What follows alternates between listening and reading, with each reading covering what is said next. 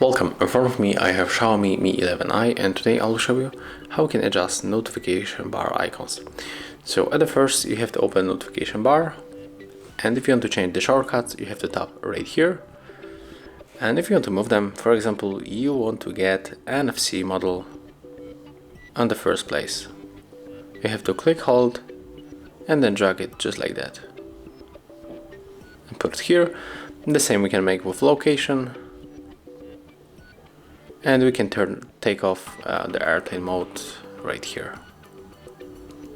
So let's scroll down. There it is. Right now we can also add the additional modes like the focus mode.